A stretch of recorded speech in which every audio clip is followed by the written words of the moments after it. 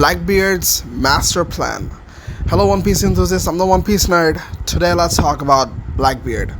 With our focus on Elbaf and Loki, we seem to have forgotten about one of the most influential characters in the world of One Piece, who has been making very subtle but big moves and has accumulated a lot of resources and can go a bunch of different directions, but we don't know exactly where.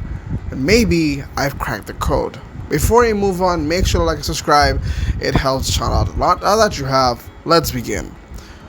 Well, talking about Blackbeard, his last few moves have proved to be infertile, and it seems as though he's been losing track. He's had very few successful operations, and we could say that he didn't really gain much. But did he, though?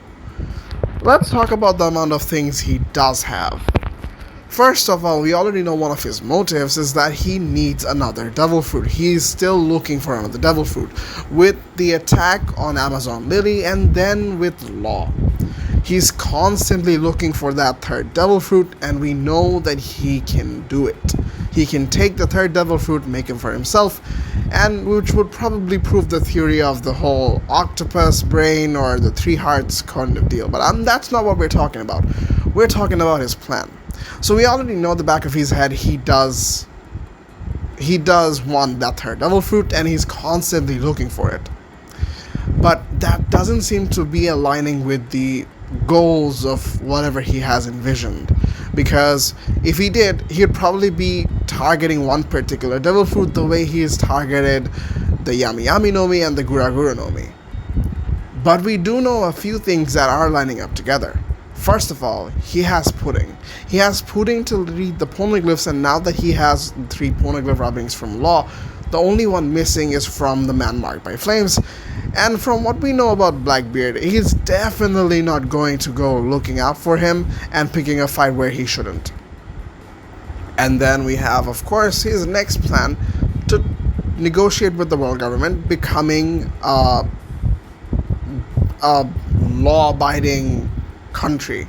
Now, why would he want to be a law-abiding country? This first plan was to capture Kobe and then make a deal with the world government, because the world government cares about Kobe. Kobe being the hero of the Marines, the people care, and the world government won't just simply let it slip past. However, for Blackbeard, Kobe got away, but he did get another prized possession, Garp. And we know for sure Garp is equally as important as Kobe in the eyes of the normal population as well as the world government. The trade still stands. Blackbeard's motivation to talk with the world government to become a legal state is still viable with Garp as a hostage. Now, why would he want that? I will think that his plan is almost the same as Kaido and Big Mom.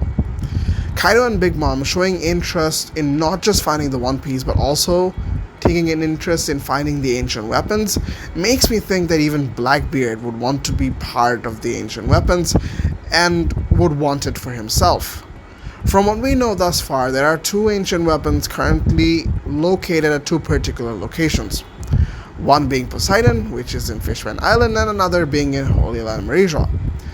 The whole thing about the National Treasure, Doflamingo knowing about it, and I would guess Blackbeard knows about it too. He's looking for the National Treasure, or rather, Pluton. And then we have Poseidon. Now, the whereabouts of Poseidon is with Caribou, and Caribou right now is on speaking terms with Blackbeard. I would think that that would be a very successful mission for Caribou, and a very vital source of information for Blackbeard. Now, why would he want that title for the legal country and him being the government of it, him being the king of it? It's so that he can access the Holy Land of Maresia. That's the one and only chance he has of getting into Maresia in open broad daylight, invading it, taking the National Treasure, probably even trying to defeat Im, and getting his hands on the second ancient weapon. And of course, with the help of Caribou, he'll get his second. And with all of this, with him having 2 ancient weapons, a person Pudding who can read the poneglyphs, I think Blackbeard now then would look for the third national treasure with the help of Pudding and would try to defeat the man marked by flames or try to locate him and take all the 4 poneglyphs and become the king of the pirates and also the king of the world. Now, I don't know if you guys do find it lackluster. The series of events do seem to line up very well for Blackbeard. I'm not particularly sure where his third devil fruit will come from. It's entirely possible that Blackbeard just goes for a random devil fruit that exists in the world, or goes for Eames devil fruit, which is the ultimate zone that gives the power of demons, or maybe the power of water. We don't really know.